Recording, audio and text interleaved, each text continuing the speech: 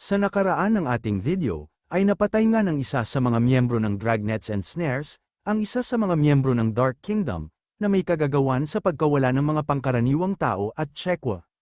Samantala sa base nga ng mga taga Dark Kingdom, ay sinabi ng lalaking may pulang buhok, na darating na umano ang mga kausap nila mula sa kabilang panig, o daigdig sa mga susunod na araw, kaya naman kailangan daw nilang bantayan na maigi ang mga nakidnap nila, lalo na ang isang babae na maaari nilang ipagpalit ng madaming spiritual stones.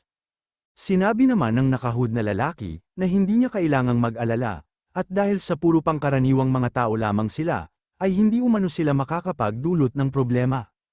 Sunod ay sinabi nga nila, na tila mga dagaman silang nagtatago lamang sa dilim, ay maswerte pa din naman daw sila, at dahil wala nga daw dito ang mga malalakas na miyembro ng Dragnets, ay tanging ang mga taga-Phoenix lang ang kailangan nilang alalahanin, pero dahil sa namatay na din naman daw ang malalakas sa The Phoenix, ay magiging madali na lamang sa kanila ang lahat. Pero biglang ang nag-ingay ang mga babae, kaya naman agad nitong kinalampag ang kulungan, at sinabing manahimik sila, pero agad na ding tinanong ng lalaking may pulang buhok, kung ano umano ang nangyayari, at sinabi nga niyang mayroon umanong daga, isang malaki at matabang daga na mabilis tumakbo. Kaya naman nasabi ng kanilang leader, na ang mga pangkaraniwang tao umano ay masyadong matatakutin, pero dahil sa inaantok na nga daw siya, ay matutulog na muna siya, kaya magbantay silang maigi at tandaan nila ang lahat ng kanyang mga sinabi. At makalipas nga ang ilang sandali, ay ginigising na ito ng kanyang mga tauhan, kaya naman matapos niyang idilat ang kanyang mga mata, ay agad niyang tinanong kung anong nangyayari.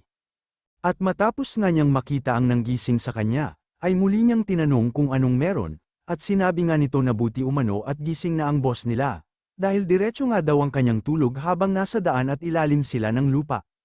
Sabay sabi na nasa ibabaw na daw nila ang portal patungo ng Luniverse, pero binabantayan nga daw ng mga taga The Phoenix ang lugar na ito, kaya naman hindi na daw alam ng lalaki kung ano ang kanyang gagawin, kung sakaling hindi gumising ang kanilang boss.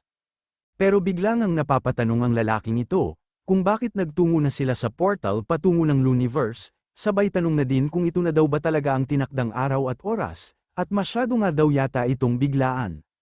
Pero bigla namang sinabi ng kanyang kasamahan, na ang fifth brother nila ay kasalukuyang hinahabol, o nagpapahabol kay Giant ngayon, kaya naman ito na daw ang kanilang pagkakataon, at ang tagumpay at kabiguan nga daw nila ay nakadepende na sa kanilang boss.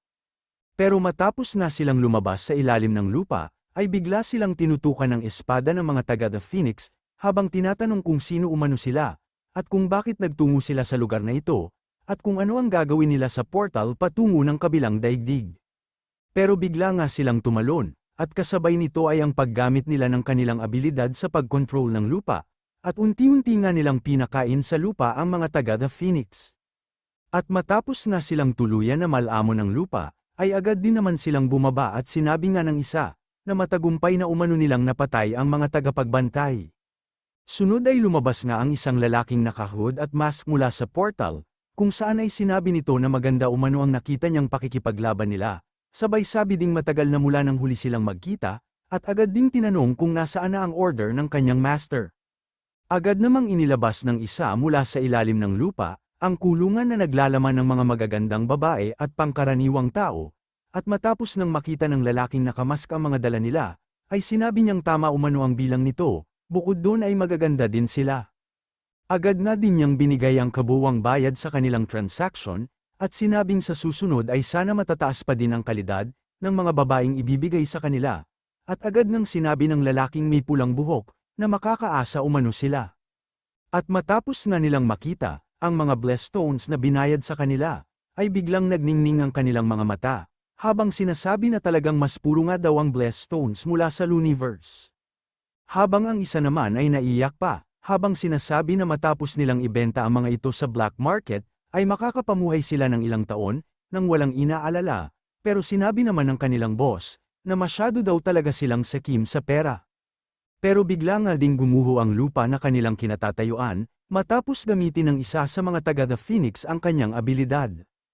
At dito nga ay agad ding nagpasalamat si Giant sa lalaking nakahood, dahil kung hindi umano sa pakikipagtulungan nila, ay mahihirapan silang mahuli ang mga kidnappers na ito, pero sinabi lang naman ng lalaking nakahood, na wala umanong problema, basta ipagbigay alam na lang nila sa ating bida, ang kanilang ginawang pakikipagtulungan.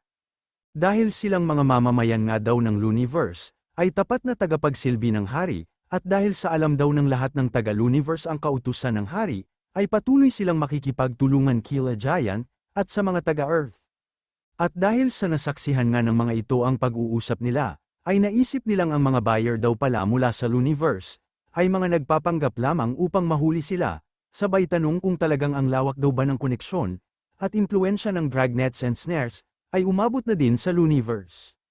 Pero ang totoo ay binabangungot lamang ang kanilang boss, at habang binibitbit nga siya ng mga taga-The Phoenix, ay napapamura siya sa mga taga-Luniverse na puro spy umano, kaya hinding-hindi na siya makikipag-transaction pa sa kanila. At habang nililigtas nga nila ang mga nakidnap, at hinuhuli ang mga nang-kidnap sa mga ito, ay makikita naman natin sa itaas ang ating bida, kung saan ay kasama nga niya ang squirrel, na sinasabing tiyak na hindi na nila uulitin ang mga ginawa nila, nang dahil sa panaginip na binigay niya sa kanila. Kaya naman agad din siyang pinuri ng ating bida, at matapos nang ilabas ni Shu ang reward niyang marrow fruit, ay agad niya itong sinunggaban. Sunod ay napansin nga ni Shu na nagbukas ng portal si Nieting sa kanyang likuran, at agad na tinanong kung anong palagay niya sa trabaho ni Shongshu o Squirrel, sabay sabi na tulad umano ng sinabi niya nung nakaraan, ay dapat ang Squirrel ang gawin nilang tagapagbantay, sa mga portals na kumo-konekte sa dalawang daigdig. Agad namang nagtungo sa kanila si Nieting, at sinabi nga nito na kahit kailan umano, ay hindi niya pinagdudahan ang abilidad ng Squirrel, pero ang pinagdududahan nga daw niya, ay walang iba kundi ang ating bida, sabay tingin kay Shu, na masyado ang galit, habang tinatanong kung ano daw ang ibig sabihin ni Nieting.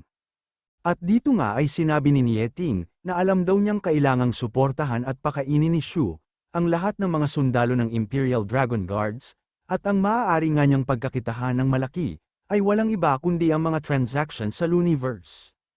Pero may isang request nga daw sa kanya si Nieting, at yun nga ay sundin pa din niya ang kanilang alituntunin, at huwag siyang lamunin ng kanyang kasakiman sa pera at kayamanan.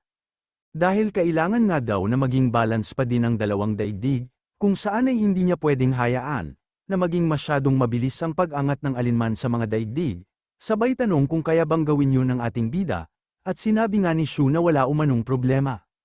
Sunod ay binati nga ng ating bida ang Squirrel, dahil mula sa pagiging isang general, ay siya na ngayon ang director, at ang kanyang ang tungkulin, ay bantayan ang lahat ng mga lagusang nag-uugnay sa Earth at Luniverse, bukod doon ay malaya na din siyang magpabalik-balik sa dalawang daigdig.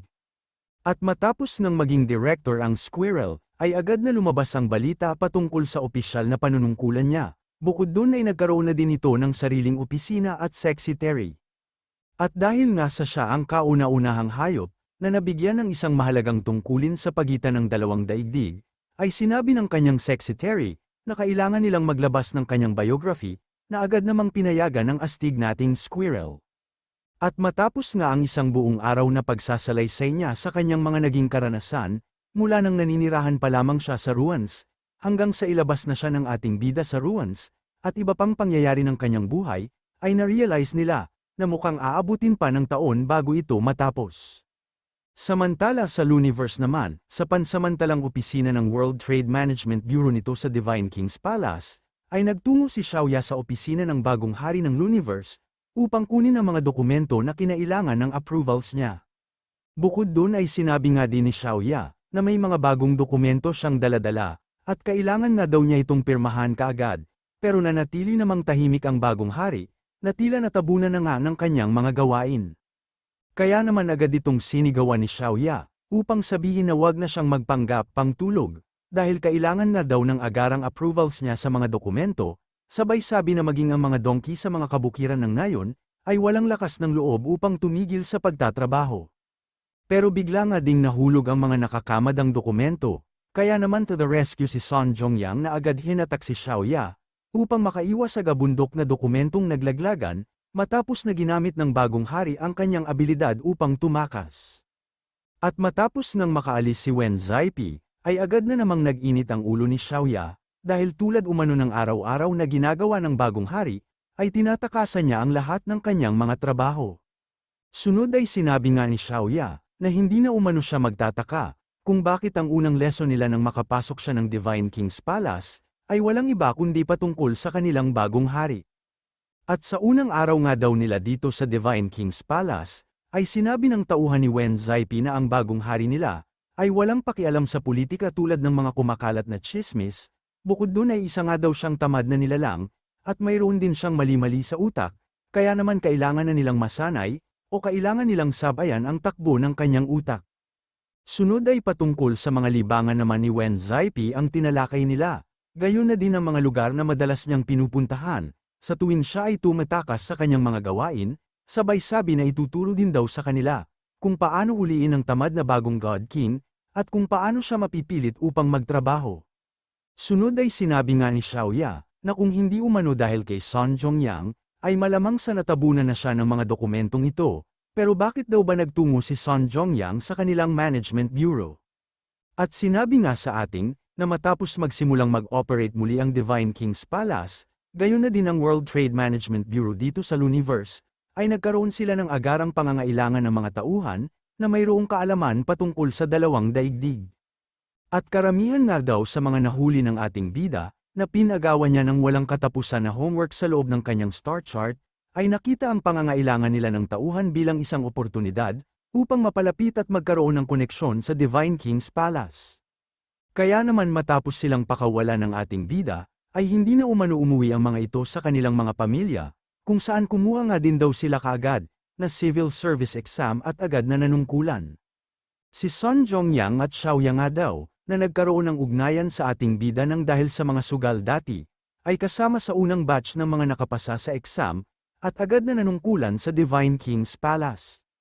Kaya naman ang tanungin ni Xiaoya kung bakit nagtungo si Sun Zhongyang dito, ay sinabi niyang ang bagong God King nga daw ang nagpatawag sa kanya, pero hindi upang magtrabaho dito sa World Trade Management Bureau. At biglang ang nanlaki ang mga mata ni Xiaoya sa gulat, kung saan ay halos malaglag din ang kanyang panga, habang tinatanong kung tungkol daw ba ito sa isang bagay, at agad nang sinabi ni Sun Zhongyang, na tama umano ang kanyang iniisip. Samantala sa kabukiran naman ng Nanjing City, ay biglang napuputol ang mga pananim matapos na dapurakin ng mga dagang, at habang tila may hinahabol nga ang mga ito, ay nakasunod naman sa kanila si Wen Zaipi, gayon na din ang squirrel na nakasakay sa dambuhalang daga. At matapos ngang huminto ang sasakyan ng squirrel, ay agad na tinanong ni Wen Zaipi ang squirrel, kung sa tingin ba niya ay maayos ang kalagayan ng hari sa ancestral land. Sunod ay tinanong nga niya, kung maaari ba silang magtungo ng ancestral land matapos ang kanilang trabaho, sabay tanong na din kung namimiss na ba ng squirrel ang ating bida, at kung sa tingin daw ba nito, ay namimiss na siya ng kanyang hari, pero dahil nga sa kulit ni Wen Zaipi, ay naiinis na ang squirrel sa kanya. At agad nga niyang sinabi na tumigil na daw si Wen Zaipi, dahil kahit kailan ay hindi siya mamimiss ng ating bida, bukod doon ay hindi daw ba at sinabi sa kanya ni Lu Shu, na wag na siyang magpunta ng ancestral land upang sundan ang ating bida. Kaya naman agad na tinanong ni Wen Zaipi, kung bakit hindi umano siya maaaring bumalik ng ancestral land, upang makasama ang ating bida, at dahil sa konektado na nga daw ang dalawang daigdig ngayon, ay hindi daw ba makakapunta siya ng ancestral land, anumang oras niyang naisin. Sunod ay sinabi nga ni Wen Zaipi, na hindi daw ba at napatunayan na din niyang maaasahan talaga siya, at dahil sa isa nga daw siyang maaasahang tao, ay binigay ni Lu Shu sa kanya ang posisyon ng God King, at hinayaan siyang pamahalaan ang buong Luniverse. Pero sinabi lang naman ng squirrel, na ginawa lang siyang hari ng Luniverse ng ating bida, upang magkaroon ng dahilan na manatili na lamang si Wen Zaipi dito sa Luniverse, dahil ayaw nga daw ni Shu na puntahan pa siya nito. Sunod ay sinabi nga ng squirrel, na si Lu Shu at Lu Shen ay magkaiba, dahil para sa ating bida ay tila isang bagay lamang si Wen Zaipi, na maaari niyang isanla anumang oras, kaya kailangan niyang unawain, na hindi siya importante para sa ating bida. Bukod doon ay sinabi nga din ng squirrel, na nakuha at nasanla lang daw ni Wen Zaipi ang mga kayamanan ni Lu Shen noon, dahil sa hindi naman talaga gusto ni Lu Shen ang mga bagay na yon, dahil si Lu Shen nga daw, ay hindi sakim sa kayamanan tulad ng ating bida. Kaya naman nanlumo at tila binagsakan nga ng mundo si Wen Zaipi, matapos siyang ma-real talk ng squirrel ng ating bida, at agad na din niyang sinabi, na mas gusto pa daw niya ang squirrel, nung mga panahong hindi pa ito nakakapagsalita, at agad na siyang nagbigay ng negative points kay Lu Shu. Gayunpaman, ay sinabi pa din itong wala umano siyang pakialam kung hindi siya mahalaga sa kanyang hari, dahil sisiguraduhin nga daw niya, na matapos ang sadya nila dito, ay babalik at babalik pa din siya ng Earth. Sunod ay tinanong nga ni Wen Zaipi, kung sigurado daw ba silang dito nagtatago si Sun Zaiwen, at sinabi nga ng squirrel na oo umano, at huwag nga daw maliitin ni Wen Zaipi ang kanyang dagang, dahil kung may nais nga daw siyang hanapin dito sa Luniverse, ay magiging madali lang ito para sa kanyang gang. At matapos nga silang makarating sa isang bahay sa kalagitnaan ng kabukiran, ay napapatanong si Wen Zaipi, kung ang isang maestro level daw ba ay magtatago talaga sa ganitong lugar, at nanaisin na maging isang magsasaka. Pero sinabi naman ng squirrel, na ano pa nga daw ba ang magagawa ni Sun Zaiwen, natatakot naman siyang mamatay, pero sinabi naman ni Wen Zaipi, na hindi naman daw ipinag-utos ng hari ang kamatayan ni Sun Zaiwen, dahil hindi naman talaga may iwasan ng sinuman, ang malagyan ng slave mark at makontrol ng iba. Bukod doon ay sinabi nga din daw niya, na hindi lahat ng tao ay tulad niya, na maging ang hari ng Luniverse ay hindi siya malagyan ng slave mark, at sinabi nga ng squirrel na kakaiba umano ang kanyang katawan, pero wala naman daw kinalaman yun sa kanyang katapatan, at matapos nga silang magsimulang mag-away, ay sakto namang lumabas si Sun Zaiwen sa kanyang bahay. At matapos nga silang makita ni Sun Zaiwen, ay bigla itong napatigil at natulala, at agad na din niyang binaba ang kanyang asarol, habang sinasabi na talagang pinuntahan din siya ng mga ito. Sunod ay napabuntong hininga si Sun Zaiwen, at sinabing patayin na umano siya nila Wen Zaipi, o kung gusto naman nila ay balatan siya ng buhay, sabay sabi na gawin na umano nila ang lahat ng nais nilang gawin. Dahilan upang mapatanong si Wen Zaipi, kung talaga daw bang wala siyang balak na lumaban, pero tinanong lang din naman ni Sun Zaiwen si Wen Zaipi, kung ano pa daw ba ang silbi ng paglaban. Sunod ay sinabi nga ni Sun Zaiwen, na maaaring makarating sa lokasyon nila ang ating bida sa isang hakbang lamang niya, kaya naman matapos malaman ng ating bida ang lokasyon niya, ay siguradong kamatayan din ang naghihintay sa kanya. Bukod doon ay sinabi nga din ni Sun Zaiwen, na ginawang hari ng ating bida si Wen Zaipi, pero bumalik din naman siya sa ancestral lands, upang ma-enjoy niya ng lubusan, ang pagiging Supreme Emperor ng dalawang daigdig, at hindi nga daw niya ito inaasahan. Pero para sa hari nga daw ni Wen Zaipi, ay isang hamak na kasikatan at kaunting yaman lamang ang pagiging hari, at ang ganitong bagay nga daw, ay tanging mga pangkaraniwang tao lamang ang maghahangad, dahil maging siya nga daw ay ayaw din niyang maging hari ng Luniverse. Gayunpaman ay sinabi pa din naman ni Sun Zaiwen na nagkakamali si Wen Zaipi, dahil kung ayaw nga daw talagang maging hari ng ating bida, ay bakit hindi na lang niya ito hinaya ang mawala, sabay tanong kung hindi daw ba ginawang hari ng Luniverse ni Shu si Wen Zaipi, upang pamahalaan niya ang Luniverse para sa ating bida. Pero bigla namang sinabi ng squirrel, na ginawa daw yun ni Shu upang pigilan ang anumang tunggalian o labanan, sa pagitan ng dalawang daigdig. Sunod ay sinabi nga din nito, na siya na umano ang bagong direktor na namamahala sa Lagusan, na kumukonekte sa dalawang daigdig, sabay tanong kung ano ang tingin niya sa tungkulin ng squirrel, pero napaano daw lang naman si Sun Zaiwen. Kaya naman napabuntong hininga na lang ang squirrel, at sinabi nga nitong kalimutan na umano nila ang kanyang sinabi, dahil mahirap magpaliwanag sa mga taong mahihina ang utak. Sunod ay sinabi nga ni Wen Zaipi kay Sun Zaiwen, na nais lang nilang ipagbigay alam sa kanya, na walang intensyon ng hari na patayin siya. Bukod doon ay pinalaya na nga din daw ni Shu ang kanyang anak, at kasalukuyan siyang naninilbihan sa ilalim ni Wen Zaipi, kung saan ay mayroon din siyang maayos na buhay, at natahimik nga si Sun Zaiwen sa kanyang mga narinig. Kaya naman agad na tinanong ni Wen Zaipi kung bakit hindi siya nagsasalita, sabay tanong kung sa tingin daw ba talaga ni Sun Zaiwen, ay nais siyang patayin ng ating bida, pero tinanong lang din naman ni Sun Zaiwen, kung bakit umano hindi siya nais na patayin ng hari.